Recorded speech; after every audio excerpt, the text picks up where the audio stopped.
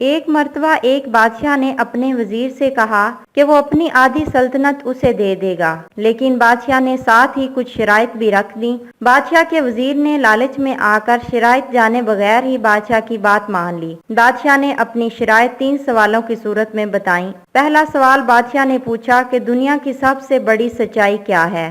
دوسرا سوال بادشاہ نے پوچھا کہ دنیا کا سب سے بڑا دھوکہ کیا ہے؟ تیسرا سوال بادشاہ نے یہ پوچھا کہ دنیا کی سب سے میٹھی چیز کیا ہے؟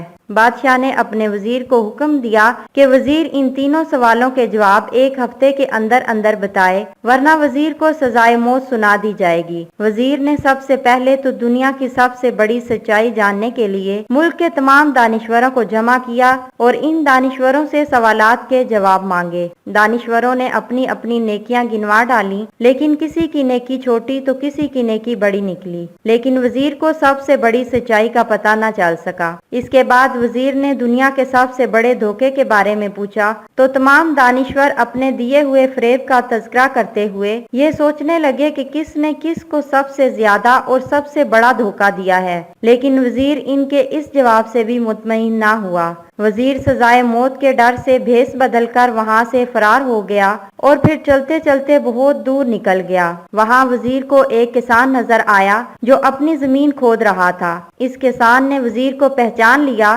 اور وزیر سے اس کی پریشانی کا سبب پوچھا۔ وزیر نے کسان کو اپنی مشکل بتائی، جسے سن کر کسان نے وزیر کے تمام سوالوں کے جواب کچھ اس طرح دیے۔ کسان نے کہا، دنیا کی سب سے بڑی سچائی موت، جبکہ دنیا کا سب سے بڑا دھوکہ زندگی ہے۔ تیسرے سوال کا جواب بتانے سے پہلے کسان نے وزیر سے کہا کہ اگر میں تمہارے تمام سوالوں کے جواب دے دوں تو پھر آپ مجھے کیا دو گے؟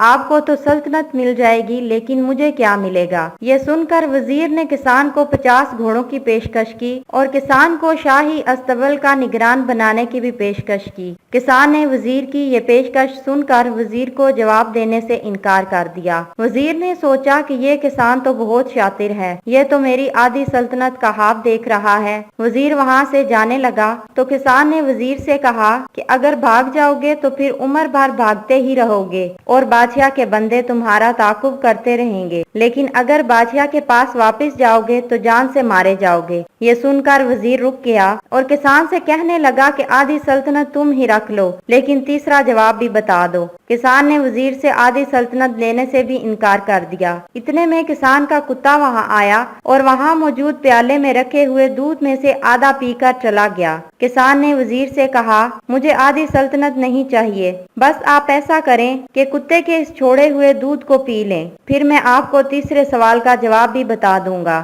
یہ سن کر وزیر تلملا اٹھا، مگر پھر وزیر کو اپنی موت اور جاسوسوں کا خیال آیا اور وزیر نے ڈر کے مارے بچا ہوا دودھ بھی پی لیا۔ وزیر نے دودھ پی کر کسان کی طرف دیکھا اور کہا کہ اب مجھے میرے سوال کا جواب دے دو۔ کسان نے کہا کہ تیسرے سوال کا جواب یہ ہے کہ دنیا کی سب سے میٹھی چیز انسان کی اپنی غرض ہے، جس کے لیے انسان ذلیل ترین کام بھی کر گزرتا ہے۔